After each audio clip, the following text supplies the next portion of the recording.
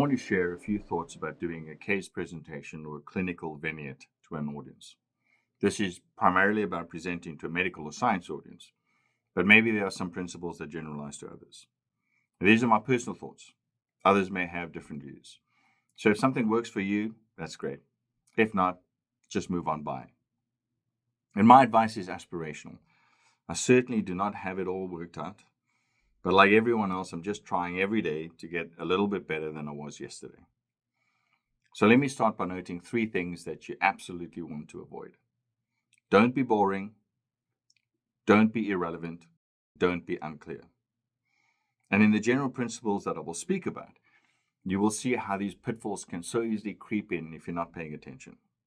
So these are my 7 principles for a good case presentation. First, know your audience. This is key to understanding what they need and what they want to hear. It also determines what knowledge you can assume. If you overestimate their understanding, for example, they are a non-specialist audience, then you speak over their heads. More commonly, though, in my experience, is that you underestimate their knowledge. You are talking to a specialist audience who already know quite a lot about the subject.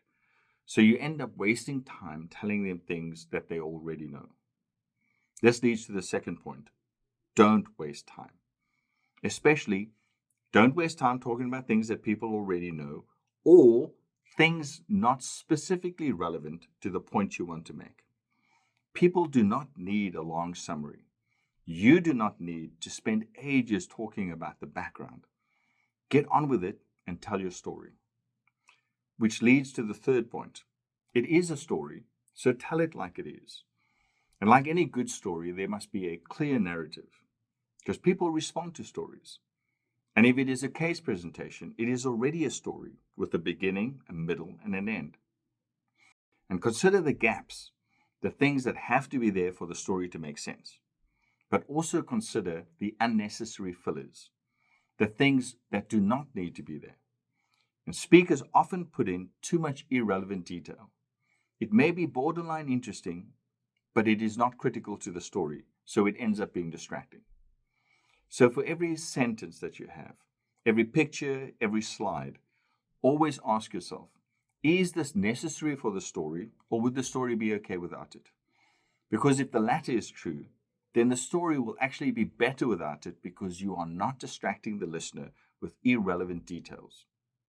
Point number 4, what is your message and is it clear? What is the end point of your story? Where do you want to lead the audience? You must be absolutely clear about this before you start, because if you are not clear, then the audience will not be clear. Leave the audience with one clear message, maybe at best a couple of related and relevant observations, but make sure it doesn't obscure your primary message. The question always is it important or interesting to the audience? Your message could be an important scientific principle. It could be a pitfall. It could be an unusual case. It could be a good demonstration of an important and common principle that we should never forget. It could simply be helping people to understand the difficulties of your particular situation. But regardless, be clear specifically about what you want to say and how you interpret it going forward. Point number 5, don't run out of time and don't run over. It is disrespectful and creates trouble for the speakers coming after you. I have made and continue to make this mistake. Do not overestimate your importance compared to everyone else. You have limited time. And in the real world setting, you will end up speaking longer than you anticipate. So have a conservative target. End at 90% of the time allocated. Make time for discussion by finishing even earlier. You want feedback from your audience. You want to hear different perspectives. And so often that's the best thing about conferences, and the one we often complain we don't have enough time for. Number 6, put in the effort to make it a good presentation. The best presentations come from people who have put time and thought into crafting their presentation. When someone has thrown something together at the last minute, you can see it. Now, sometimes you can get away with it if you are experienced and you have already given a lot of thought to the subject, because you have already done all the hard work in your mind to be clear about your message. But for most people, rather spend your time considering your message and if it comes across as you intend, and then practice it if you need. Number 7, cut, cut, cut. This is the reason that even the best writers have editors, the best filmmakers, the best musicians in a studio, because we all have the tendency to overwrite or overplay. You need to practice the art of editing. Put your thoughts down and then relentlessly cut back. Unnecessary or weak parts, cut.